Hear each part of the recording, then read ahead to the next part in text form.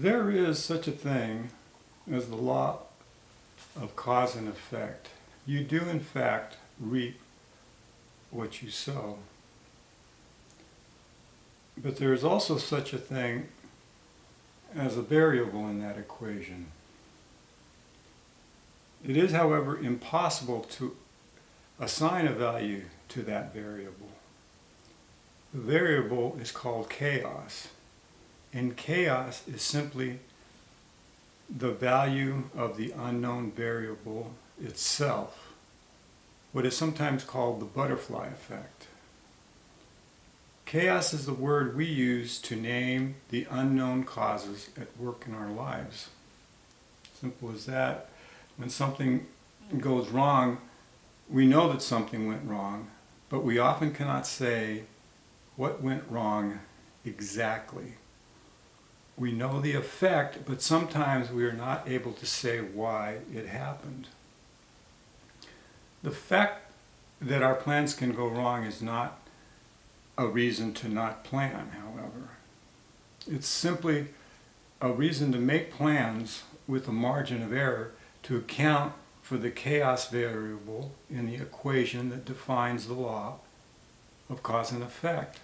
Sometimes, when all else fails, we fall back on words. We can't define chaos, so instead we say, hey, crap happens, or lean on homilies such as, if you want to make God laugh, tell him your plans. But don't let God laugh alone. After all, you're the one telling the jokes. And don't act on your plans thinking everything will go exactly according to plan. You cannot outsmart or outplan chaos, and to even entertain the idea that you can is simply human hubris. And in addition to the role of chaos in our lives and how it can screw up even the best laid plans, there is yet one more variable at work, and that is that you don't know what you don't know. You can't plan for all the possible contingencies because you don't know what they all are. And therein lies the conundrum. Planning only goes so far, and accepting that will allow you to, make peace with the fact of chaos and the role it plays in our lives. So when, not if, when chaos does strike, you will be able to grin and bear it in some sense or to some degree, because you have to some degree been anticipating it all along.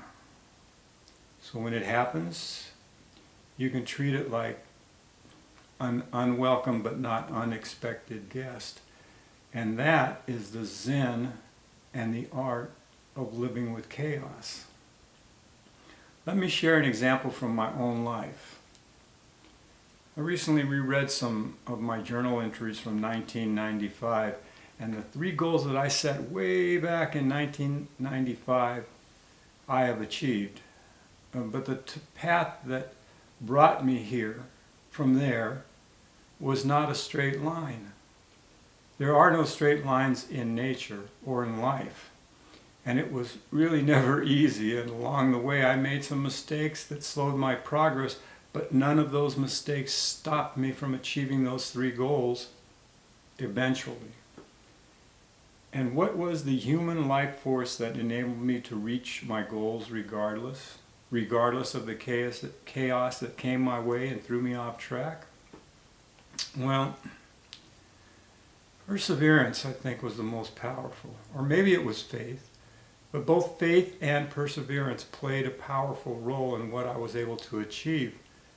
I had absolute faith in my own ability to overcome whatever happened. I would not let chaos make me give up.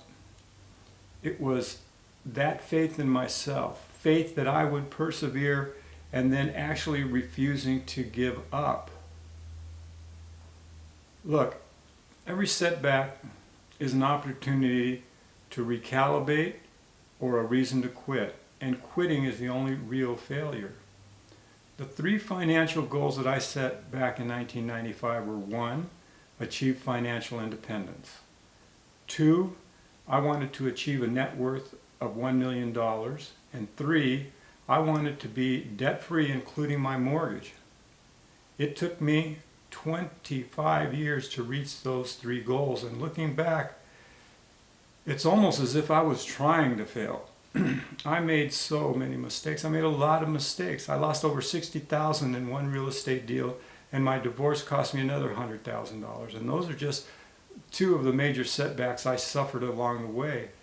But I accepted each setback, big or small, as a lesson, not a loss. I suffered those proverbial slings and arrows of outrageous fortune. We all do. And still, I arrived at my destination. And if there was hope for me in my darkest hours, there was hope for you. Have you ever seen a child learning how to walk? They never give up. They fall, they cry, they fall, they cry. They fall, and then they pull themselves right back up again before the tears have even dried. They never knew that failing was an option. And one day, they forgot that they never knew how to walk, and all that falling was just a part of the process we call life. Amazing, right? So please, leave a comment. Share any story you think you have that you think we can learn from. And until next time, keep the faith.